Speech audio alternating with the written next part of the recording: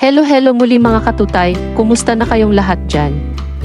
Bago ang lahat, gusto ko munang magpasalamat sa inyong lahat na yumakap sa aking channel at salamat din sa mga nanonood na medyo nahihiya pa siguro na yakapin po ako.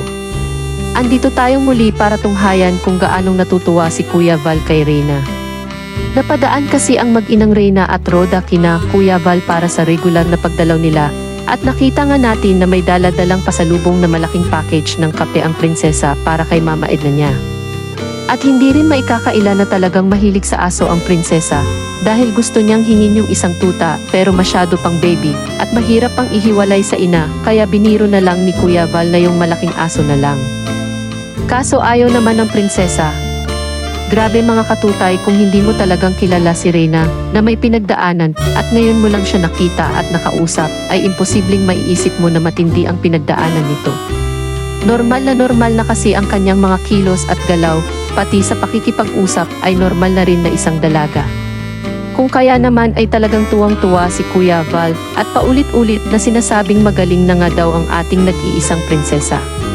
Natanong din ni Kuya Val kung bumisita o nakipagkita na si Reyna sa kanyang lolo Nestor, ngunit mabilis na sumagot ito na ayaw niyang umuwi sa Dalnak.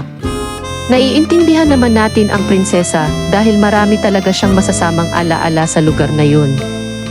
Isama mo pa yung isang bagay na kay Roda lang niya naramdaman. Ang pagmamahal ng isang ina, pag-aasikaso at mga bonding nila na si Roda lamang ang nakagawa sa tanang buhay ni Reyna. Kaya, gugustuhin pa ba kaya ni Reyna na umuwi sa Dalnak?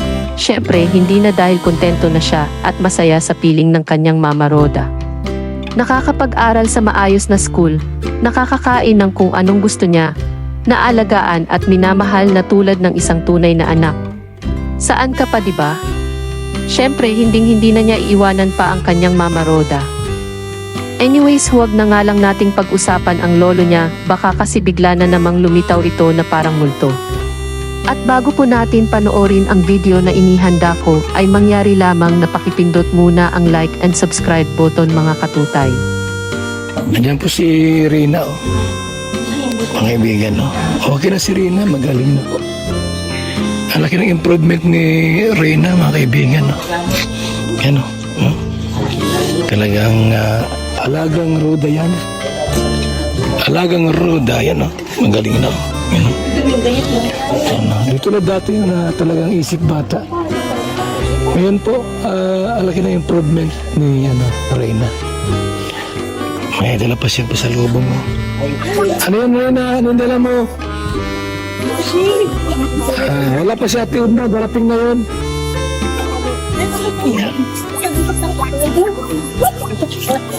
Nakaluhi ka, t-shirt. Ano nang alam niya sa pag-aaral? Marami nang alam? Sige lang. Hindi ka pa nag-bless. Oh. Yan, okay. Very good. Ako si Reyna po, mga kalina. Malaki na pong improvement niya, no? Mga kalingap, mga kaibigan. Yan. Diyan taba pati. Si tatay ay nagpupunta dyan. Yung lolo niya din nagpupunta. Ilang buwan na? Isang buwan na? Sobra. Namimiss na yan.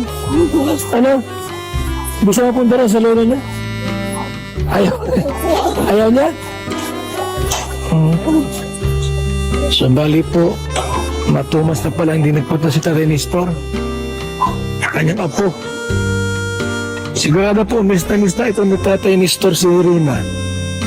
Makalinga pa, no? Kasi 2 months na hindi nakikita. Ayan, no? Kasi may barangay kasubuan sa barangay na hindi pwedeng kunin si Reyna po. At ito po yung nasa pangalaga po ng Team Kalinga. Kontento yung magulang nito, yung ina. Kontento kasi siyempre mga kalingap ay nasa magandang kamay po. Si Reyna po ay ayos, maganda. Magaling na si Reyna po, mga kaibigan. Masaya dito. Masaya dito. Ano yan, Reyna? Kape ata yan? Sarap yan. Sa akin ba yan? Ha? Kita Edna? Wala sa akin? Hindi, okay lang. Yan. Baka makagat ka niyan. Ay, ano yan? Mamatay pa yan, maliit pa. Rabies pati yan. Nangihingi siyang aso. May tuta dito mga kalingap po. May tuta dito kasi oh. Tuta inihingi niya. Maliit pa, baka mamatay pa ito. Mamatay pa yan, maliit pa. Ito lang sa'yo, oh, malaki. Gusto mo yan?